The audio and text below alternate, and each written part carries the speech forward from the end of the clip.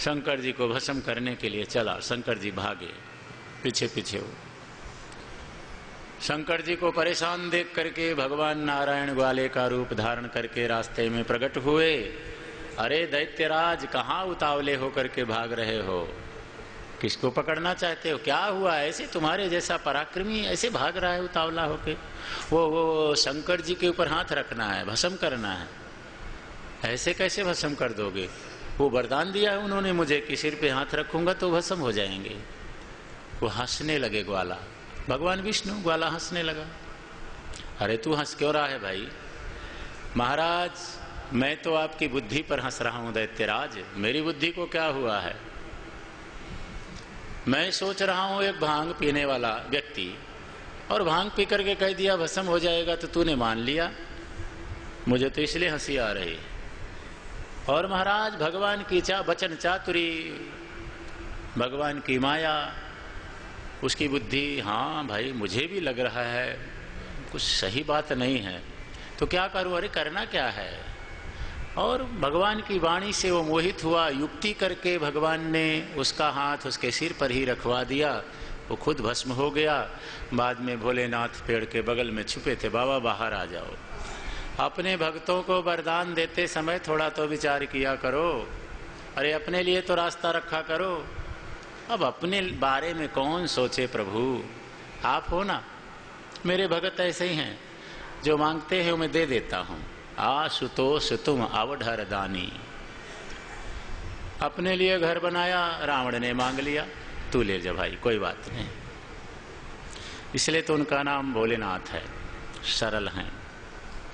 तो शिव तत्व और विष्णु तत्व का प्रसंग बृकासुर नाम के राक्षस के माध्यम से सुखदेव जी महाराज ने समझाया।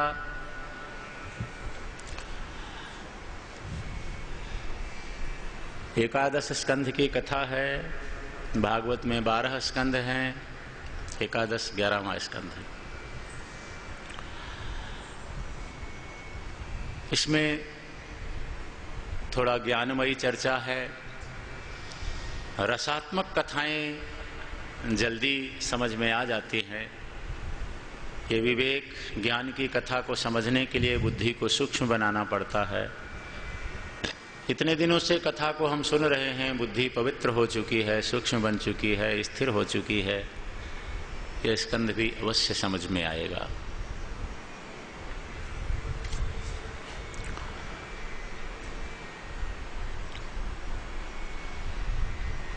ग्यारहवें स्कंध में प्रभु ने विचार किया कि कौरव पांडवों की व्यवस्था ठीक हो गई है, दुष्ट मारे गए, पांडवों को राज्य मिल गया, धरती का भार भी लगभग उतर गया, दुष्ट लोग मारे गए।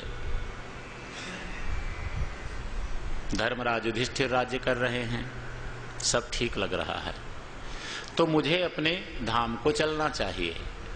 लेकिन फिर प्रभु ने विचार किया कि अगर मैं अपने धाम को चला गया तो मेरा जो अपना परिवार है इस समय इतना शक्तिशाली है कि इनको देवता भी नहीं जीत सकते, यदुवंश। तो मैं अपने धाम को चला गया तो पीछे से ये लोग ना कहीं धरती का भार बन जाएं, फिर मुझे आना पड़ेगा। तो फिर बार बार क्या आना, अभी रहते रहते इनका भी नाश करा देता हूं, इनको भी अपने जहां से आए हैं वहां भेज देता हूं। तो महाराज भगवान ने यह संकल्प किया कि मेरा वंश भी ना रहे। यह भी प्रभु की लीला का एक अंग है। जैसे ही भगवान के मन में ये संकल्प आया, यदुवंशी राजकुमारों की बुद्धि बिगड़ी, जो नई उम्र के बच्चे थे। श्री कृष्ण बलराम तो ब्राह्मण भक्त थे, साधु संत सेवी थे, लेकिन जो नई उम्र के बच्चे थे उनमें चंचलता थी। सांब नाम के एक लड़के को साड़ी पहना दी, स्त्री का भेष बना दिया, पेट में कपड़ा बांध दिया, और ऋषियों के पास, ब्राह्मणों के पास जो द्वारिका में रहते थे ले गए। महाराज ये स्त्री है, गर्भवती है, आप तो ज्ञानी ध्यानी हो, बताओ ना इसके बेटा होगा या बेटी होगी। ऋषि लोग सब कुछ समझ गए, ये हमारा उपहास कर रहे हैं, हमारी थाह ले रहे हैं। देखो भाई, आपकी श्रद्धा किसी संत में नहीं है किसी ब्राह्मण में नहीं है, किसी सत्पुरुष में नहीं है तो चलेगा, कोई बात नहीं। कोई जरूरी नहीं है कि हमारी श्रद्धा कहीं टिके हो, चलेगा। लेकिन किसी की थाह मत लो, छेड़ो मत किसी को। क्या पता कौन किस स्तर पर बैठा हुआ है, अपनी मस्ती में बैठा है। हो सके तो प्रणाम करो, नहीं हो सकता तो कोई बात नहीं, दूर से निकल जाओ। अपनी मस्ती में वो है, अपनी मस्ती में आप निकल जाओ, पर उसको छेड़ो मत। यहां यदुवंशी राजकुमारों ने यही कर दिया, उपहास कर दिया उनका। लड़का है लड़की है, ध्यान योग से उन्होंने देखा ये हमारा मजाक कर रहे हैं, श्राप दे डाला। ना तो लड़का होगा न लड़की होगी, तुम्हारे वंश का नाश करने वाला मूसल पैदा होगा जो सारे यदुवंश को समाप्त कर देगा। और महाराज कपड़ा खोल करके देखा, मूसल बंधा था। मूसल काल का स्वरूप है। रहे न वंश विप्र कुल द्रोही, भगले ही भगवान का वंश क्यों ना हो। विप्र का अपराध, ब्राह्मणों का अपराध कर दिया। अब भगवान सब जानते थे, लेकिन भगवान को नहीं बताया यदुवंशी राजकुमारों ने।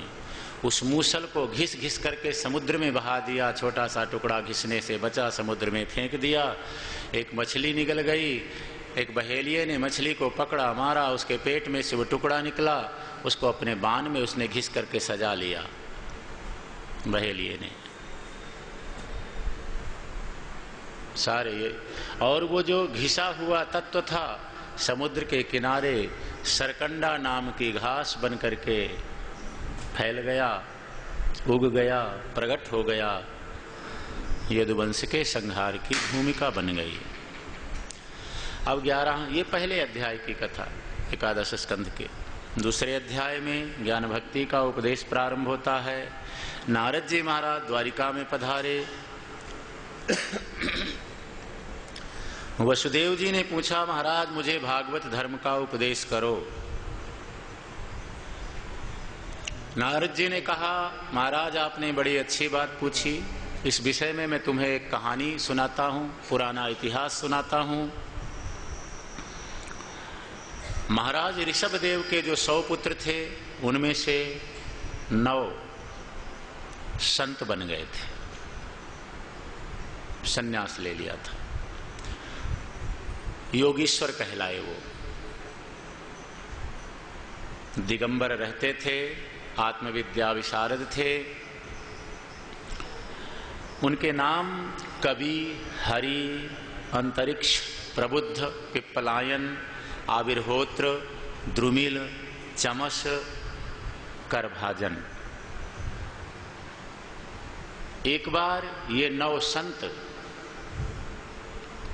राजा निमि के, विदेह राज राजा निमि, ये जनक जी के पूर्वज थे, तो राजा निमि के दरबार में पहुंचे। राजा निमि ने स्वागत सत्कार किया, हाथ जोड़ा, महाराज अवश्य ही मेरा कल्याण होना होगा, इसीलिए आप पधारे हैं। भगवान ने कृपा करके आपको भेजा। इतना तो मैं जानता हूं कि मनुष्य का शरीर बड़ा दुर्लभ है, मिल गया, कोई जरूरी नहीं कि आगे भी मिल जाए। महाराज क्षणभंगुर है। इस क्षणभंगुर शरीर में, शरीर भी मिल गया और क्षणभंगुर तो है, तो इस क्षणभंगुर शरीर में भक्तों का संग मिलना और भी दुर्लभ है। भगवान के लाडले भक्तों का संग, भजनानंदी संतों का संग, भजन करने वाले संतों का संग बड़ा दुर्लभ है। तो आप मुझे महाराज भागवत का उपदेश करें, भागवत धर्म बताएं, मेरा भला कैसे होगा, कल्याण कैसे होगा। तो कवि नाम के संत बोले। कवि उसे कहते हैं जो सत्य वस्तु को सहज भाव में सबके सामने रख दे, घुमा फिरा के नहीं, टेढ़ी बात ना करे, सीधी बात करे। तो कवि ने कहा, देखो महाराज, भगवान अच्युत की आराधना ही जीव के लिए परम कल्याण का साधन है। अच्युत उसे कहा जाता है, एक नाम तो भगवान श्री कृष्ण का भी है अच्युत, भगवान श्री कृष्ण को भी अच्युत कहा गया है। और अच्युत का एक अर्थ होता है आत्मा, जो कभी अपने से च्युत ना हो, बिलग ना हो, दूर ना हो। तो भगवान अच्युत की आराधना ही कल्याण का साधन है।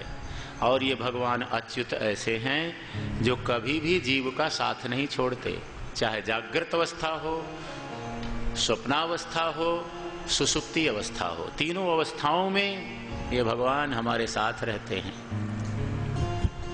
आत्मा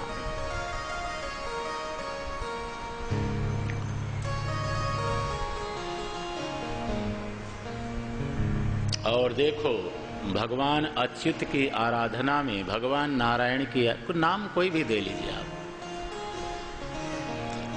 नाम रूप दुई ईश उपाधि, ये तो उपाधियां हैं परमात्मा की। कोई श्री कृष्ण बोलता है, कोई राम, कोई शिव, कोई आत्मा, कोई काल, कोई आगम, उपाधियां हैं। कोई भी उपाधि आप लगा लो। भगवत आराधना में कोई शर्त नहीं है। इसमें विधि आप जानो या ना जानो, देखो कर्म कांड में विधियां हैं, ऐसे बैठो, ऐसे आचमन करो, जल छिड़को, ऐसे पूजा करो, इस उंगली का प्रयोग करो, आदि आदि विधियां हैं कर्म कांड में। लेकिन जो भक्ति का, उपासना का, आराधना का मार्ग है, इसमें विधियां नहीं है, विधि निषेध नहीं है, शर्तें नहीं है। इसमें एक शर्त है बड़ी प्यारी कि कायेन वाचा मनसेन्द्रियैर्वा बुद्ध्यात्मना वानुसृतः स्वभावात् करोषि यद यद सकलं परस्मै नारायणायेति समर्पयामि। जो कुछ हमसे अच्छा काम बन जाए, हे गोविंद तुझे समर्पित है। त्वदीयं वस्तु गोविंद तुभ्यमेव, तेरी कृपा से हुआ है, मेरा कुछ नहीं है। इसमें शर्त है समर्पण की, सब तूने किया। नारायणायेति समर्पयामि, गोविंद के चरणों में समर्पण कर दो। तू जाने, कवि ने कहा महाराज भागवत धर्म यही है कि सारा कर्म, सारा पुण्य फल, सारे सत्कर्म भगवान को चढ़ा दो। राजन, ईश्वर से विमुख हो जाने से ही हम परमात्मा से दूर हो गए हैं। भगवान को नहीं समझ पाए, नहीं मान पाए, भरोसा नहीं बन पाया, इसीलिए हम भयभीत हैं, दुखी हैं कि मर जाएंगे, दुख मिलेगा, पता नहीं क्या होगा। इसलिए अनन्य भाव से भगवान की आराधना करो, मन को भगवान में लगा दो। ऐसे ना लगे तो भगवान की जन्म कर्म की लीला सुनो, भगवान के जो मंगलमय पुराण हैं उनको पढ़ो, दूसरे को सुनाओ। ये भी ना हो सके तो भगवान का कोई एक नाम पकड़ लो, श्री कृष्ण, श्री राम, हरि, जहां आपकी निष्ठा है खूब जोर जोर से गाओ। और महाराज नामोच्चारण से तो फिर हृदय में ऐसे भगवान की भक्ति प्रकट होती है। भगवान का भक्त कभी जोर जोर से चिल्ला चिल्ला करके परमात्मा को पुकारने लगता है, लोक लज्जा छोड़ करके कभी नाचने लगता है, इस विचार से कि शायद मेरे नृत्य से परमात्मा रिझ जाएं। उसकी हर क्रिया परमात्मा को रिझाने के लिए हो जाती है, हर काम भजन बन जाता है। विसृज्य लज्जाम, लाज छोड़ करके, हसत्यथो रोदित रौति गायन युन्मादवन नृत्यति लोकवाई हो। लोक लाज को भूल जाता है वो कि लोग क्या कहेंगे, मैं नाच रहा हूं, लोग क्या कहेंगे। राजन, इस मार्ग की विशेषता यही है कि जैसे हम किसी से प्रेम करते हैं तो दूसरे छूटने लगते हैं, दूसरे भुलाए जाते हैं, और जिससे हम प्रेम करते हैं उसके बारे में हमें जानकारी मिलनी शुरू हो जाती है। उसी तरह से भगवान की भक्ति करने पर संसार से वैराग्य होने लगता है, भगवान के प्रति जानकारी मिलने लगती है, और जब जानकारी मिल जाती है तो जानत तुम ही तुम ही हो जाई। फिर तो वो भगवान का रूप बन जाता है, भगवान में मिल जाता है। राजा निमि ने कहा, महाराज आप भक्त का लक्षण बताओ, भक्त कैसे होते हैं?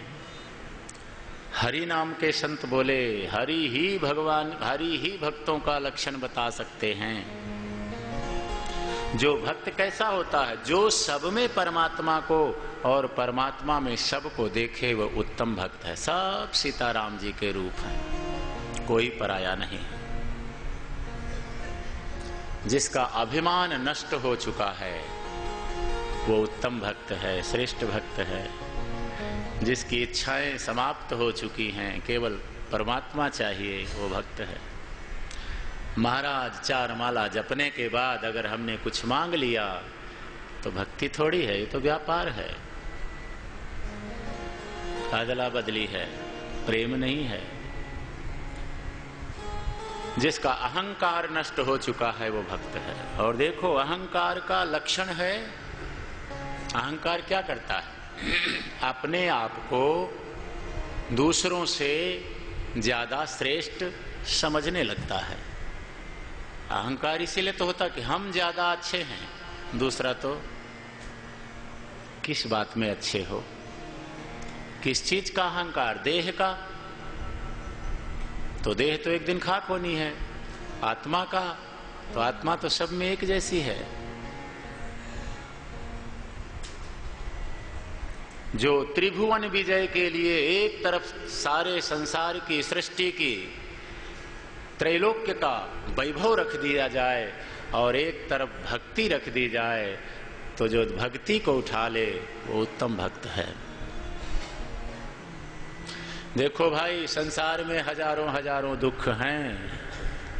उन दुखों को समाप्त करने के लिए अगर आप ऐसी धारणा करने लग जाएं, मेरे हृदय में भगवान विराजमान है, मेरे हृदय में भगवान विराजमान है, दुख दूर होने शुरू हो जाएंगे, दुख दूर भागने लग जाएंगे। राजा ने कहा, महाराज मुझे माया का लक्षण बताओ, माया कैसी होती है? अंतरिक्ष नाम के संत उत्तर देते हैं, भगवान ने माया के द्वारा ही 5 महाभूतों की रचना करी। 3 गुण बना दिए, आपस में ये तीनों गुण टकराते रहते हैं। सतोगुणी आदमी तमोगुणी वालों को बुरा समझता है, रजोगुणी वालों को बुरा समझता है। तमोगुणी आदमी कहता है सतोगुणी वाले अच्छे हैं। तो ये अच्छा ये बुरा, ये जो मान्यताएं हैं, तो ये मान्यताएं ही गुणा गुणेषु वर्तन्ते, गुणों का गुणों में आपस में टकराव होता है, संसार चलता रहता है। ये सब माया है, ये टकराव भी माया है।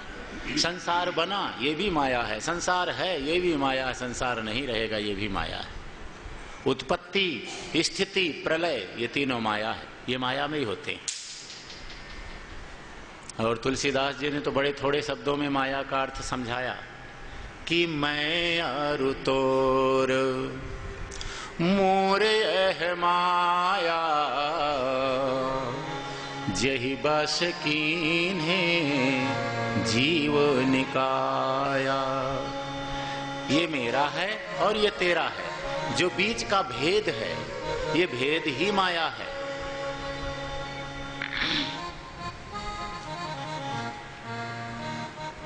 राजा ने कहा, माया के चक्कर में ना पड़ना पड़े, पड़ गए तो कैसे छूटे? तो प्रबुद्ध नाम के संत बोले, प्रबुद्ध का मतलब होता है जागा हुआ जीव, व्यक्ति जिसको बोध प्राप्त हो चुका है।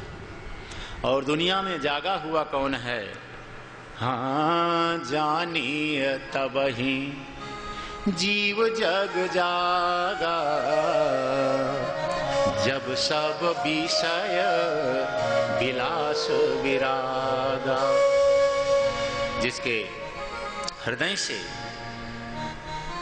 विषय वासनाएं निकल चुकी हैं, जिसके हृदय में वैराग्य की स्थिति हो चुकी है, वैराग्य आ चुका है, वो जागा हुआ। नहीं तो महाराज सब सो रहे हैं यहाँ, मोह नींद सब सोवनिहारे,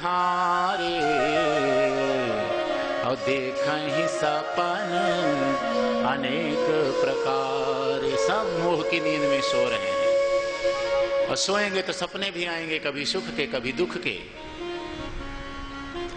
तो राजन, लोग संसार में सुख पाने के लिए रात दिन परिश्रम करते हैं, दौड़ते हैं, भागते हैं, बदले में दुख मिलता है। दुख पाने के लिए कोई काम नहीं करता, पर महाराज दुख आ ही जाता है। सारी उम्र धन प्राप्ति के लिए लोग क्या क्या करते हैं। एक तो धन का मिलना बड़ा मुश्किल है, उसके धन मिल जाए, किसी तरह कमा लिया भाग दौड़ करके, तो महाराज मरने का टाइम नजदीक आ जाता है। 20-50 साल रातों दिन एक करके जब तक शरीर में समर्थ थी भागते रहे, धन कमाया, विचार थे बढ़िया घर बनाएंगे, साधन जुटाएंगे, फिर सुख भोगेंगे, और ये सब करते करते मृत्यु का समय नजदीक आ जाता है।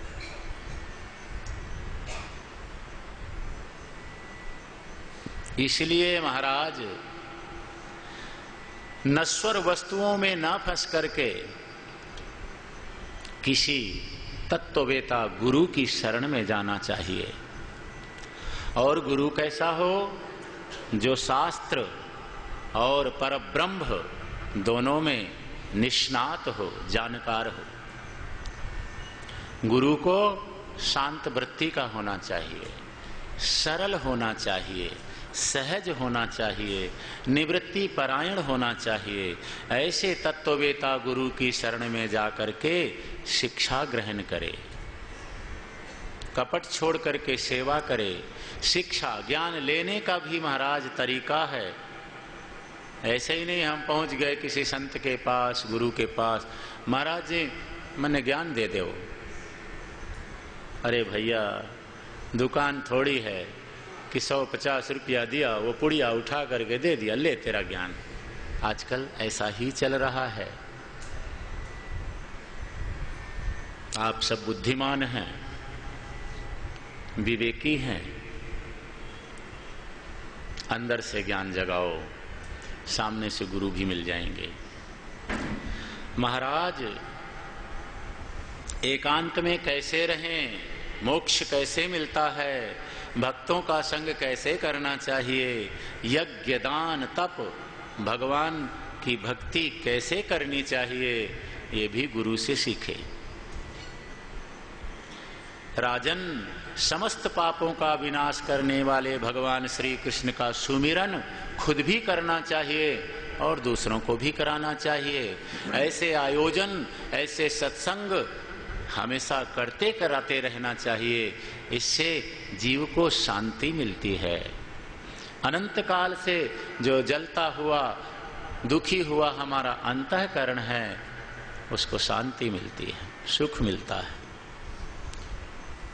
ऐसा करने से हमारे कर्म जनित बंधन खुल जाते हैं, और फिर तो हृदय में ऐसी भक्ति का उदय होता है। भक्त गाता है, भगवान के लिए नाचता है, जिस रास्ते से चलता है उस रास्ते के जीव जंतु मनुष्य पशु पक्षी भी उसको झुक झुक के नमस्कार करते हैं, उसका साथ देते हैं, वंदन करते हैं।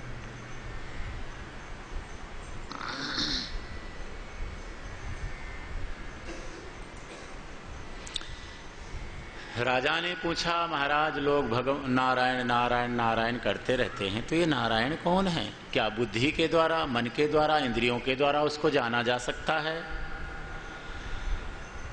महाराज भगवान नारायण ही इस संसार की पालना करते हैं, उन्हीं में ये संसार टिका हुआ है, उन्हीं से संसार प्रकट होता है, उन्हीं में संसार लीन हो जाता है। उनका कोई कारण नहीं, हमारा कोई ना कोई कारण है। महाराज इस शरीर का कारण तो माँ बाप हैं, और शरीर क्यों बना उसका कारण हमारे अंतःकरण चतुष्टय में पूर्व जन्म की हमारी वासनाएं हैं, इच्छाएं हैं, तो कारण बन गया। और आगे चले तो इस जीव का कारण ईश्वर है, लेकिन ईश्वर भगवान नारायण का कोई कारण नहीं है, वो सबके कारण हैं। और भगवान नारायण कभी अपने से दूर नहीं होते। किसी भी स्थिति में भगवान नारायण कह लो, आत्मा कह लो महाराज, कभी हमसे विलग दूर नहीं होते। तीनों अवस्थाओं में साथ देते हैं, साथ रहते हैं। वही हमारी बुद्धि को सत्कर्म की प्रेरणा देते हैं। महाराज यहाँ आप कथा सत्संग सुनने के लिए अनेक अनेक क्षेत्रों से आए हैं, भगवान नारायण ने यहाँ भेजा है। विनती करते रहो प्रभु ऐसे सत्संग आयोजन, कथा, सुमिरन, सेवा में हम पहुंचते रहें।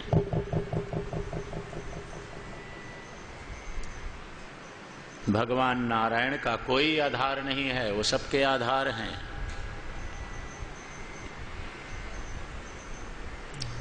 देखो, अपने अभाव का अनुभव, मैं नहीं हूं, ऐसा अनुभव कभी किसी को नहीं होता।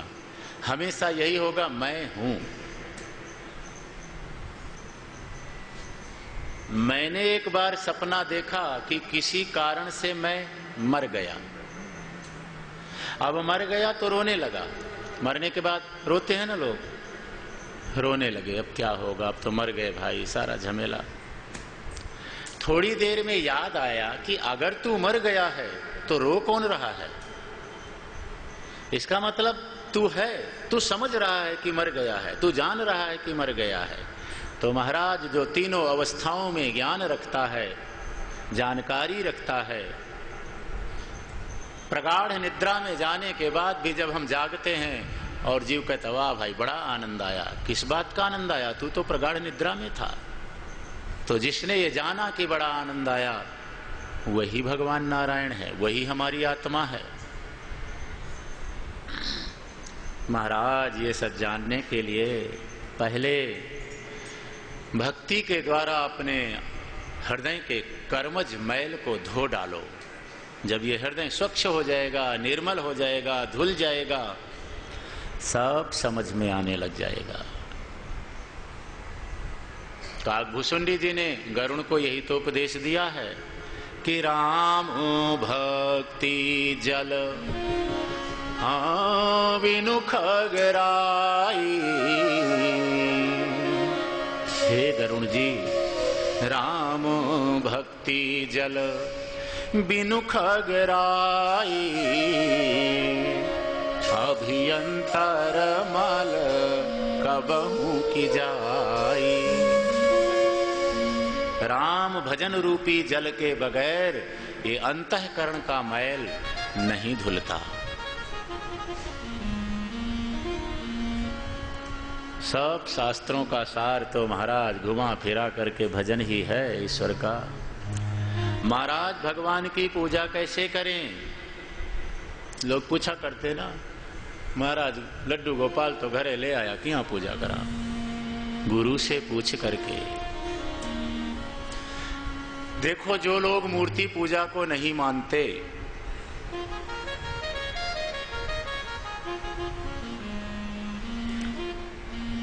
इस दिशा चैनल के माध्यम से मैं समस्त बहन भाइयों को, देशवासियों को निवेदन करना चाहता हूं,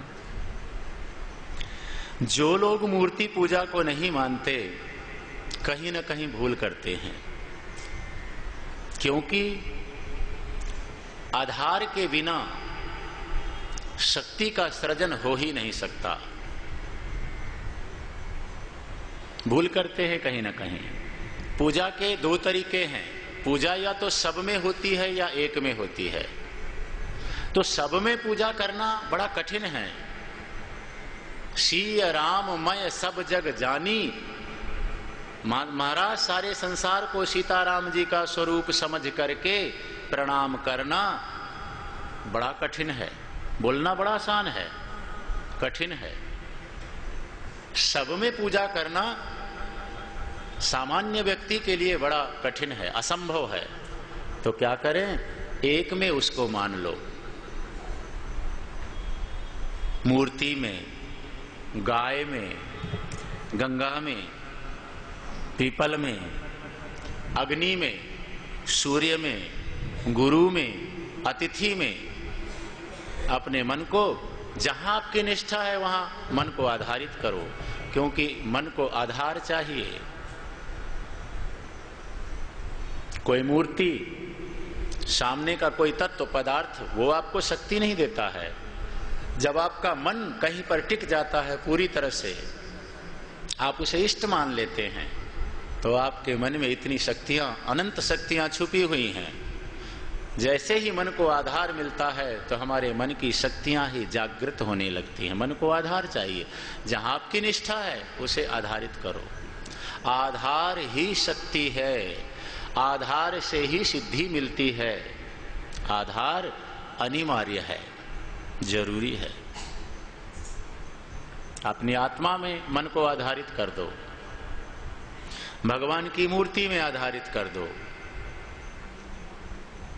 मूर्ति पूजा अर्थ आधार। राजा ने कहा, महाराज भगवान अपने भिन्न भिन्न अवतारों में क्या काम करते हैं, ये तो बताना कठिन है महाराज, क्योंकि हरि अनंत, उसकी लीलाएं भी अनंत हैं। वो क्या करते हैं पूरी तरह से नहीं बताया जा सकता। राजा ने कहा, जो लोग भजन नहीं करते महाराज, उनकी क्या गति होती है। तो चमस नाम के संत बोले, महाराज जिस प्रकार पिता की सेवा न करने वाला पुत्र अपराधी है, स्वामी की सेवा न करने वाला सेवक अपराधी है, उसी प्रकार मनुष्य का शरीर प्राप्त करने के बाद जो भगवान की आराधना नहीं करता वो अपराधी है। दोबारा उसे मनुष्य का शरीर भगवान नहीं देंगे। संसार में जितने जितने जीव हैं सब परमात्मा के अंग हैं। वो सब जीवों के स्वामी भी हैं, पिता भी हैं।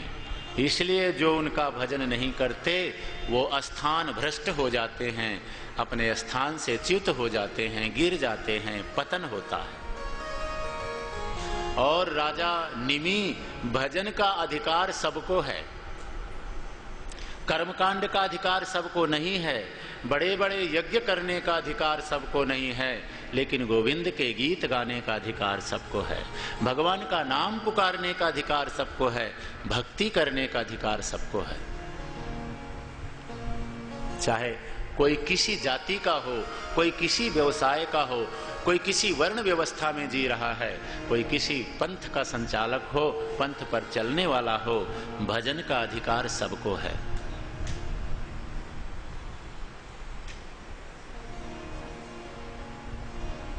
यदि धन है तो धन से धर्म का उपार्जन करो।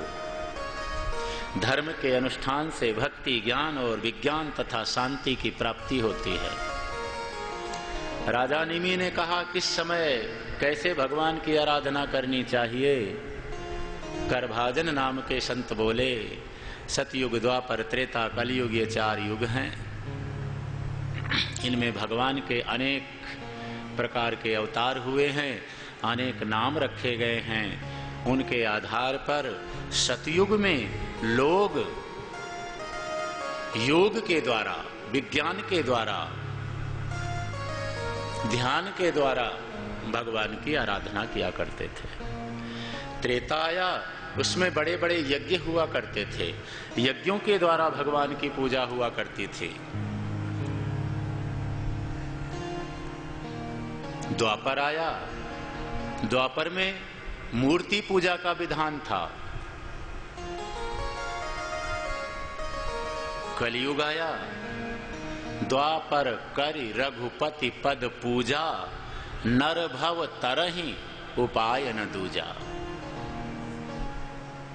कलयुग आया। कलयुग में महाराज ज्यादा बड़े बड़े यज्ञ हो नहीं सकते, ध्यान धारणा समाधि लगती नहीं है, मन में शुचिता रही नहीं, पवित्रता रही नहीं। तो संतों ने, मनीषियों ने, शास्त्रों ने एक ही उपाय बताया। महाराज ये वाणी का युग है। क्रम देखिए, त्रेता में, सतयुग में भगवान बुद्धि में निवास करते थे, ध्यान करते थे लोग। उसके बाद मन में आ गए पूजा, फिर क्रिया में आ गए यज्ञ, कलयुग में भगवान वाणी में आ गए। ये वाणी का युग है।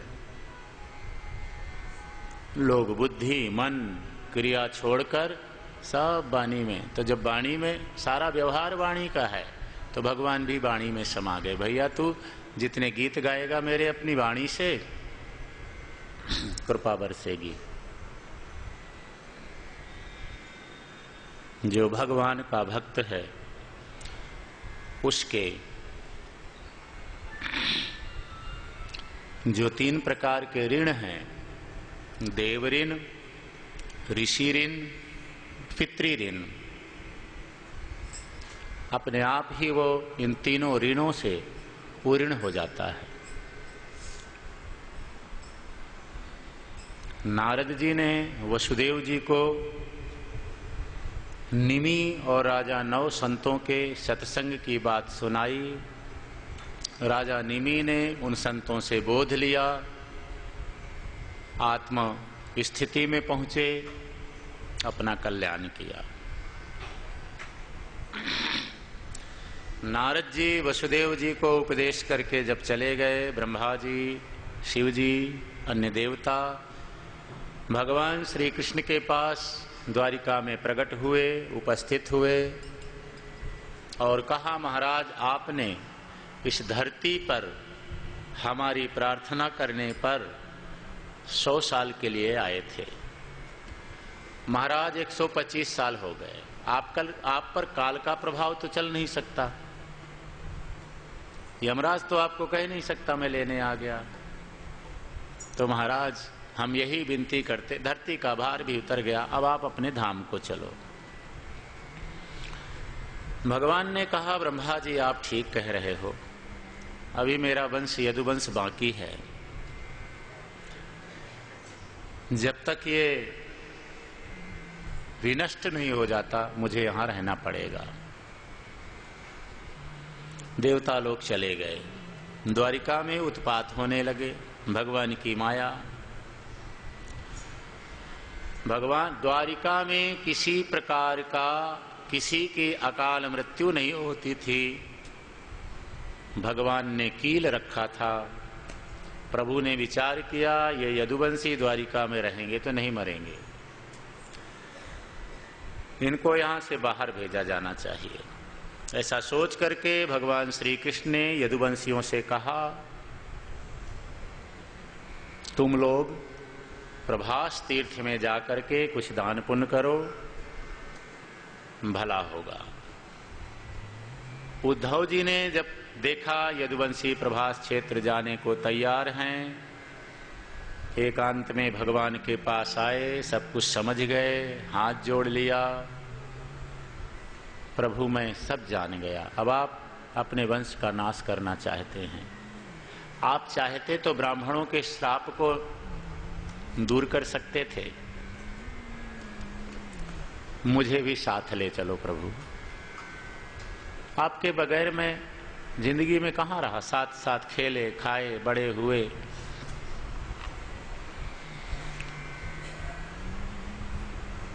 आपका उतरा हुआ प्रसाद पाया। मैं जानता हूं कि आपकी माया से पार जाना जीव के लिए बहुत असंभव है,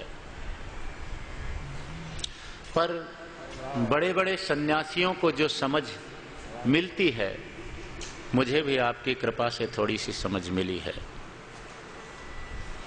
उद्धव तुम ठीक कहते हो, देवता चाहते हैं कि मैं अब अपने धाम को जाऊं, जिसलिए मैंने अवतार धारण किया था वो मेरा प्रयोजन भी सिद्ध हो गया है।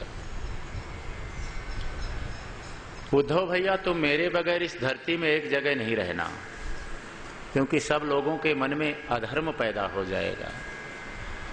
स्वजनों में, बंधुओं में, संसार में जहां भी तुम्हारा स्नेह बिखरा है, आसक्ति है, उसे वहां से समेट करके मय्ये वो मन आधस्व, अपना मन मुझ में लगा देना। समदर्शी होकर के इस धरती पर विचरण करना। देखो उद्धव, तुम आत्म अनुभव से अपना भला कर सकते हो। तुम खुद अपने गुरु हो। जो व्यक्ति खुद अपना भला ना चाहे ना करना चाहे, संसार में कोई गुरु उसका भला नहीं कर सकता। उद्धव जी ने हाथ जोड़ लिया, प्रभु मैं जानता हूं दुनिया में आप जैसा कोई वक्ता नहीं है, मैं आपकी शरण में हूं, आप मुझे उपदेश करो। मैंने पतंगा से ये ज्ञान ले लिया, अग्नि की लौ में जल करके मर जाता है। उसी प्रकार जो अविवेकी मनुष्य हैं, कंचन कामनी के जाल में फंस करके सुंदर मनुष्य का ये दुर्लभ नरदेह समाप्त कर देते हैं। महाराज मैंने भंवरे से भी ज्ञान ले लिया, रस के लोभ में कमल के फूल में बंद हो जाता है। भंवरे में इतनी समर्थ है, लकड़ी में छेद कर सकता है, लेकिन कमल के फूल में भंवरा रस के लोभ में बंद रहता है। सूर्य जब अस्त होते हैं, खिला हुआ फूल बंद हुआ, भंवरा बैठा था, विचार करता है प्रातःकाल होगा, सूर्य भगवान प्रकट होंगे, मैं फिर से कमल खिलेगा तो बाहर जाऊंगा, फिर से दूसरे फूल का रस लूंगा। उसी समय कोई हाथी तालाब में आया, 10-20 फूलों को समेटा, सूंड से मुंह में डाल लिया। हाथी को क्या पता किसके अंदर कौन घुसा है, और भंवरा भी मारा गया। तो महाराज मैंने भंवरे से ये ज्ञान ले लिया, ज्यादा रस का लोभ ना करे। काल तो साथ साथ ही चल रहा है। मैंने मधुमक्खी से भी ज्ञान ले लिया, ज्यादा संग्रह नहीं करना चाहिए, नहीं दूसरे लोग मार करके ले जाएंगे। मैंने हाथी से भी ज्ञान ले लिया, ज्यादा आसक्ति नहीं करनी चाहिए, नहीं बंधन में आ जाता है। मैंने हिरण से भी ज्ञान ले लिया, ज्यादा विषय सुख की बातें ना सुनो, काल रूपी शिकारी बाण लेकर खड़ा है। ज्यादा रस का लोभ ना करे, ये मैंने मछली से ज्ञान ले लिया।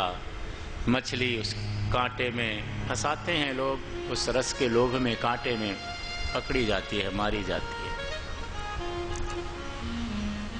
महाराज मैंने तो पिंगला नाम की वैश्या से भी ज्ञान ले लिया। ज्ञान बिखरा पड़ा है, लेने वाला चाहिए। गुणों की कमी नहीं है, ग्राहकों की कमी है। गुण ना हिरानो, गुण ग्राहक हिरानो है। ग्राहकों की कमी है। कहीं से उठा लो ज्ञान, लेना चाहें तो, और ना लेना चाहें तो ब्रह्मा भी आके समझाने लग जाए, बेटा अच्छा कर। तो मिथिला नगरी में एक वैश्या रहा करती, पिंगला नाम था उसका। मिथिला नगरी महाराज जनक की नगरी, ज्ञानियों की नगरी।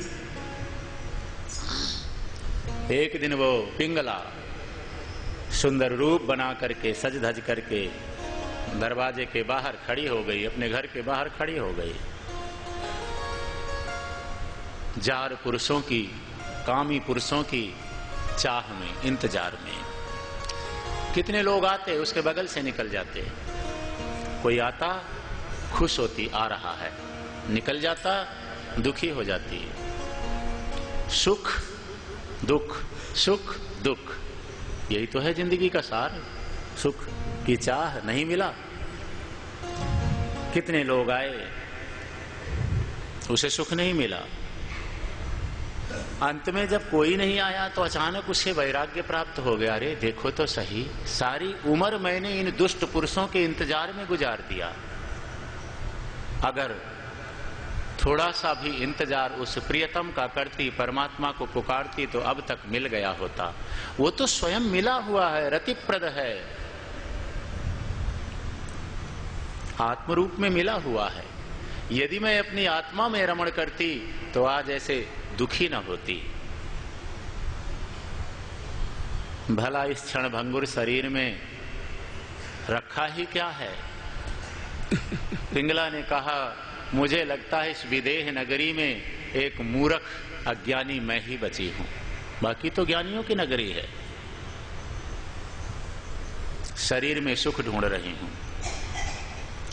शरीर है भी क्या, हड्डियों का ढांचा खड़ा किया, मांस गढ़ दिया, चिपका दिया जगह जगह। ऊपर से महाराज ये चमड़ी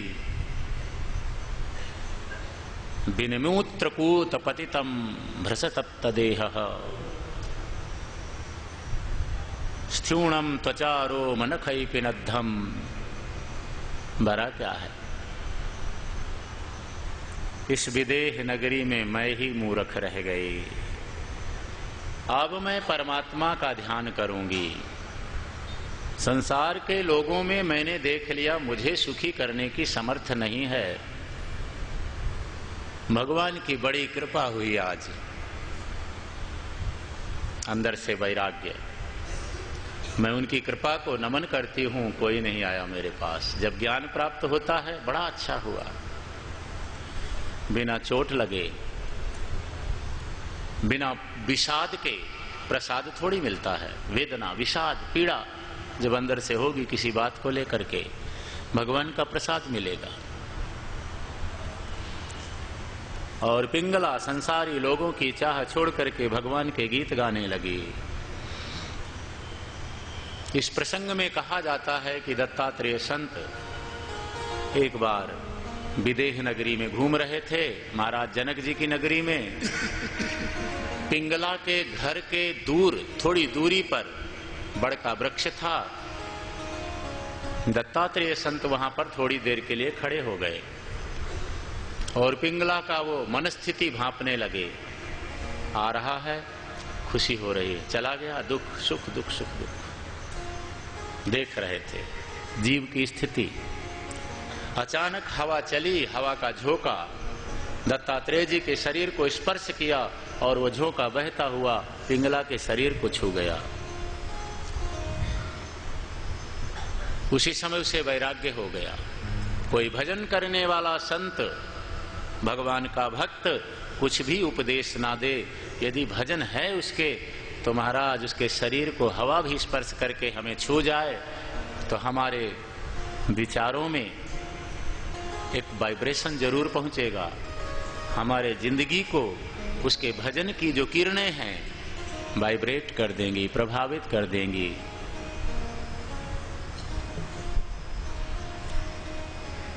पिंगला का उद्धार हुआ। दत्तात्रेय जी, मैंने बालक से भी सीखा, ज्ञान ले लिया। बालक मान अपमान से परे होता है। छोटा सा बच्चा एक थप्पड़ मार दो, रोने लग जाएगा।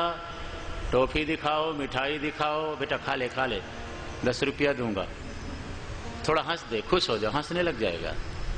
नहीं महाराज, हमारे कोई एक थप्पड़ मारे, बाद में कहे 100 रुपया ले ले, मिठाई देता हूं। बालक मानापमान से दूर होता है। तो दत्तात्रेय जी कहते हैं मैंने बालक से भी ज्ञान ले लिया। कोई सम्मान करे, कोई अपमान करे, सम रहो, भगवान का धन्यवाद करो। इस ऐसी आशा मत रखो इस दुनिया में कि सब लोग जय जयकार ही करेंगे, सब लोग माला ही पहनाएंगे, सब लोग प्रणाम ही करेंगे, सब लोग अच्छा ही बोलेंगे। 10 लोग अच्छा बोलेंगे तो 5 लोग बुरा भी बताएंगे। मैंने कन्या से भी, कुंवारी कन्या से ज्ञान ले लिया कि साधु को असंग रहना चाहिए, किसी का संग नहीं करना चाहिए। मैंने बाज पक्षी, चील पक्षी से भी ज्ञान ले लिया। एक पक्षी था, मुंह में मांस का टुकड़ा दबा करके उड़ रहा था। बलवान पक्षी उसके पीछे लगा, उसे चोंचों से मारने लगा, लहूलुहान कर दिया। विचार किया मैं, मुझे ये क्यों मार रहा है, मेरी दुश्मनी तो नहीं है इससे। बाद में बोध आया, ज्ञान आया, शायद इस मांस के टुकड़े के लिए। मांस का टुकड़ा छोड़ दिया, बलवान पक्षी नीचे आ गया, उसके प्राण बच गए।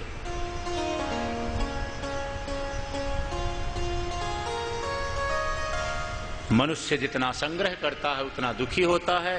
ये मैंने उस कुरर पक्षी से, बाज पक्षी से ज्ञान ले लिया।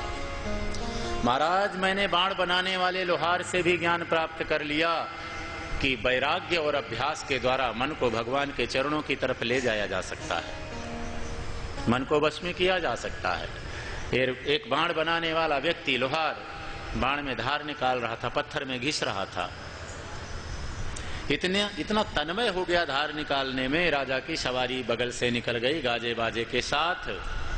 उसे पता ही नहीं चला। बाद में किसी ने पूछा, भैया राजा की सवारी किधर से गई? कोई सवारी नहीं गई, मुझे पता नहीं। एकाग्रता आ गई क्रिया कर्म करते समय।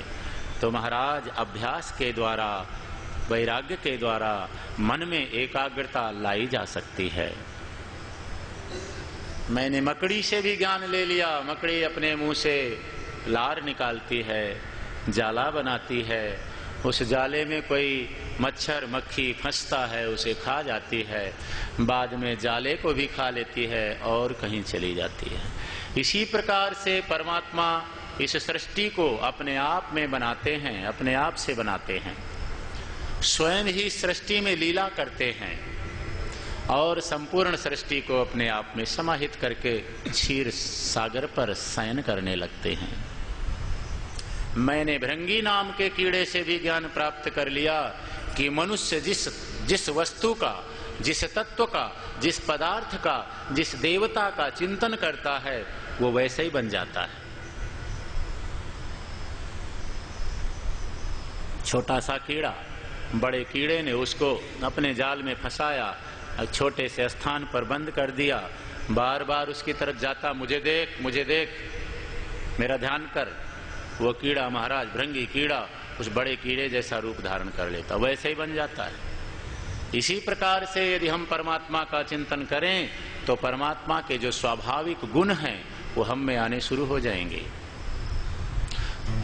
गीता में भी भगवान ने बात कही है, भूत प्रेतों का चिंतन करने वाले, भूत प्रेतों का ध्यान करने वाले, भूत प्रेतों की तांत्रिक विद्या को सिद्ध करने वाले लोग, उनकी शक्ल भूत प्रेतों जैसी हो जाती है। वहां जाओ महाराज तो डर लगता है, अजीब सी शक्ल हो जाती है। और जो भगवान का ध्यान करते हैं, भगवान के गुण उसमें आने शुरू हो जाते हैं, स्वभाव, रूप, रंग। तो मैंने भृंगी नाम के कीड़े से ये सीख लिया, मनुष्य जिस पदार्थ का चिंतन करता है वैसा ही उसका स्वभाव बनने लगता है, रूप बनने लगता है। महाराज मैंने इन पदार्थों से तो ज्ञान लिया ही लिया, अपने शरीर से भी बहुत कुछ सीख लिया। पैदा होता है, बड़ा होता है, तरह तरह की व्याधियां लगी रहती हैं, रोग लगे रहते हैं, चिंताएं लगी रहती हैं। पढ़ाई लिखाई करो, विवाह करो, बच्चे पैदा करो, बच्चों के लिए कमाओ, धन इकट्ठा करो, बाद में सब छोड़ छाड़ के मर जाओ। मनुष्य को एक ओर उसकी जीभ खींचती है, दूसरी ओर जननेन्द्रिय, तीसरी ओर त्वचा, उदर, श्रवण, घ्राण, ये पांचों इंद्रियां। जैसे किसी आदमी के 5 औरतें हों और रात के समय पांचों अपनी अपनी तरफ कोई हाथ पकड़ के खींचे, कोई महाराज कपड़ा पकड़ के खींचे, मेरी तरफ चल, मेरी बेचारा क्या करे, किधर जाए, ये स्थिति है। राजन, सारे ज्ञान विज्ञान अपने अंदर समाये हुए हैं। दूसरों का दिया हुआ ज्ञान जल्दी टिका नहीं करता। जो ज्ञान विवेक के द्वारा, विचारों के द्वारा अंदर से पैदा होता है वो टिका करता है, काम आया करता है, आगे बढ़ता है। भगवान श्री कृष्ण ने कहा, उद्धव इतना कह करके गंभीर बुद्धि दत्तात्रेय जी जैसे आए थे वैसे ही आगे समुद्र के किनारे निकल गए, चले गए। उनके सत्संग से हमारे पूर्वज राजा यदु समबुद्धि हो गए, ध्यानस्थ हो गए, आत्मकल्याण कर लिया। तो उद्धव भैया, मैंने जिसके लिए जो धर्म बताया है उसका पालन मनुष्य को आलस्य छोड़ करके करना चाहिए। परमात्मा को कुछ छोड़ना या जोड़ना नहीं पड़ता, सर्वत्र हैं वो।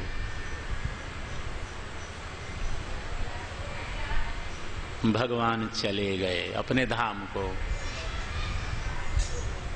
देवताओं को तो खुशी मिली, भगवान हमारे घर आ गए, पास में आ गए, धरती पर थे। धरती वालों के लिए क्या करें। और ये कथा भी विश्राम ले रही है, थोड़ा सा मन में होता है, क्या किया जाए। संतों ने इसका भी उपाय बताया है।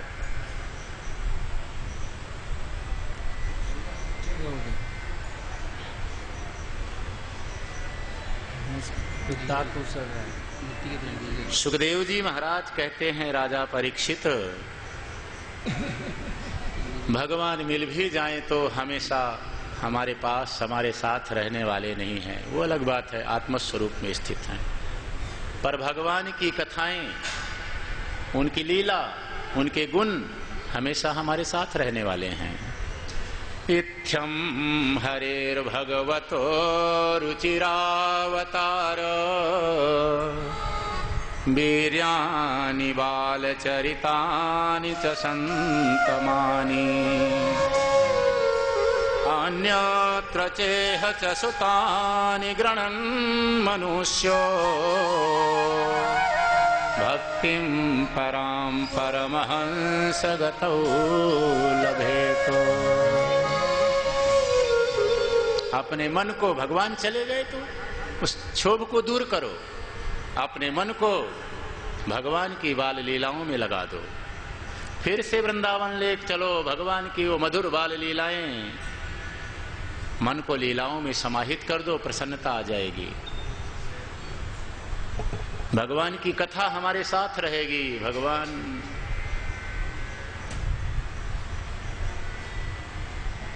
गोपियां कन्हैया को कहती हैं, फिर से बाल लीलाओं में 2 क्षण के लिए, बाद में आगे के प्रसंगों में 2 मिनट में। हरे माखन दूंगी रे संवरिया, मनुआ चल बिंदरावन धाम, जहां खेलत कुंज बिहारी। भगवान की बाल लीलाओं में मन को ले चलो, बाल लीलाएं सदा हमारे साथ रहेंगी। हरि माखन दूंगी रे सांवरिया, थोड़ी बंसी तो बजाय, माखन दूंगी रे, माखन दूंगी रे सांवरिया, थोड़ी बंसी तो बजाय, माखन दूंगी रे। हाँ, माखन दूंगी रे सांवरिया, थोड़ी बंसी तो बजाय, माखन दूंगी रे। ओ माखन दूंगी रे सांवरिया, थोड़ी बंसी तो बजाय, माखन दूंगी रे।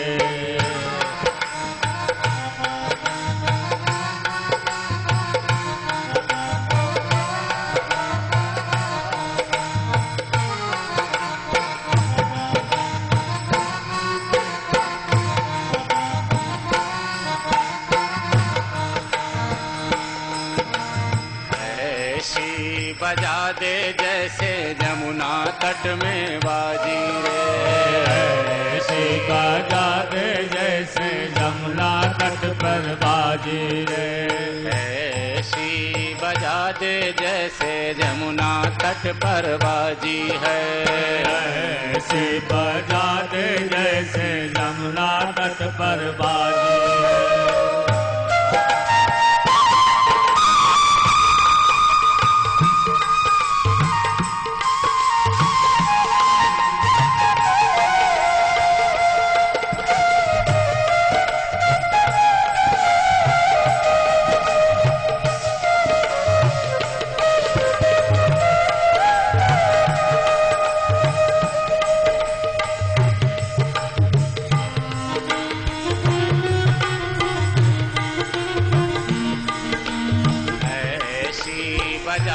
जैसे यमुना तट पर बाजी है, ऐसी बजा दे जैसे यमुना तट पर बाजी है। बहे तो नीर तुरंत थम जाय, माखन दूंगी रे, माखन दूंगी रे सांवरिया, थोड़ी बंसी तो बजाय, माखन दूंगी रे,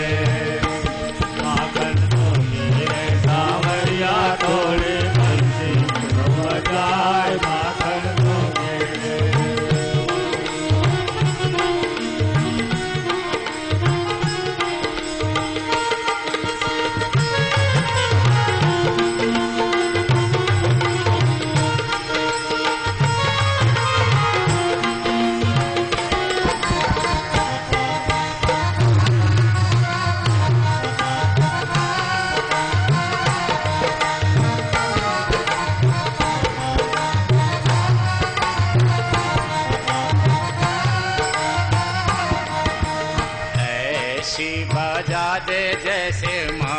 मधुबन में बाजी है।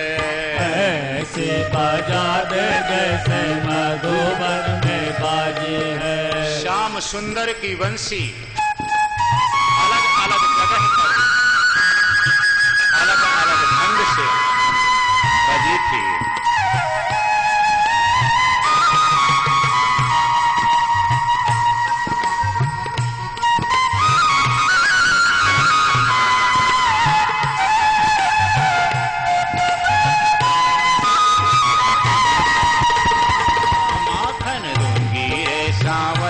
थोड़ी बंसी तो बजाय माखन दूंगी रे। ओ माखन दूंगी रे सावरिया, थोड़ी बंसी तो बजाय माखन दूंगी रे।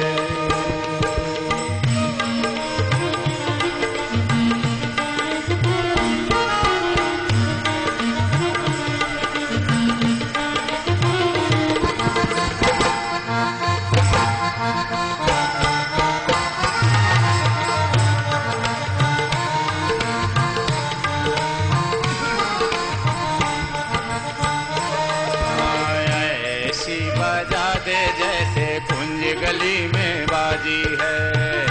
ऐसी बजा दे जैसे कुंज गली में बाजी है। कुंज गली में बाजी जैसे कुंज गली में बाजी है। कुंज गली में बाजी जैसे